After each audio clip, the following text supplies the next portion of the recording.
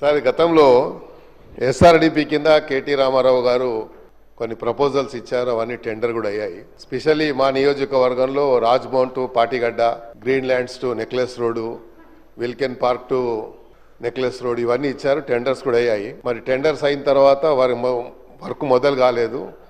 ఎందుకు కాలేదు అనేది ఒకటి అధ్యక్ష. ఇంకోటి మా నియోజకవర్గంలో ముఖ్యమంత్రి గారి దగ్గరికి స్పెషల్ డెవలప్మెంట్ ఫండ్ కింద మనం ప్రపోజల్ పంపించాము.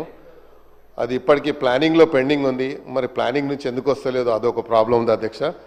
తర్వాత ఓవర్సీస్ స్కాలర్షిప్ చాలామంది విద్యార్థులు ఆవేదన వ్యక్తం చేస్తున్నారు. పొద్దున్నే ఇంటి దగ్గరకు వచ్చి వాళ్ళ తల్లిదండ్రులు ఏడుస్తూ ఉన్నారు. ఆ ఓవర్సీస్ స్కాలర్షిప్ అనేది మనకు తెలుసు, ఎడ్యుకేషన్కి మనం ఎంత ఇంపార్టెన్స్, వెల్త్ అండ్ హెల్త్కి రెండుటికి మనం ఇస్తూ ఉన్నాం.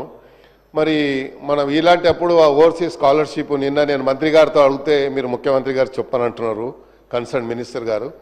నేను లిఖితపూర్వకం కూడా ఇచ్చాను అధ్యక్ష.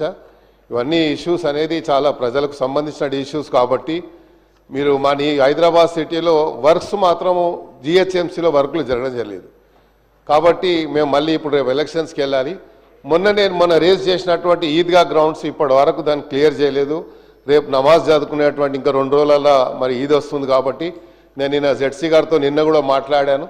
ఆ 2 గ్రౌండ్స్ కూడా ఇమీడియట్గా రెగ్యులర్గా ఏదైతే ప్రాక్టీస్ ఉందో అలాగా వాళ్ళు డెవలప్ చేసి ఈద్గా కావాల్సినటువంటి ఫెసిలిటీస్ ప్రొవైడ్ చేస్తారో అది చేయాలని మంత్రి గారితో నేను మీ ద్వారా కోరుతా ఉన్నాను.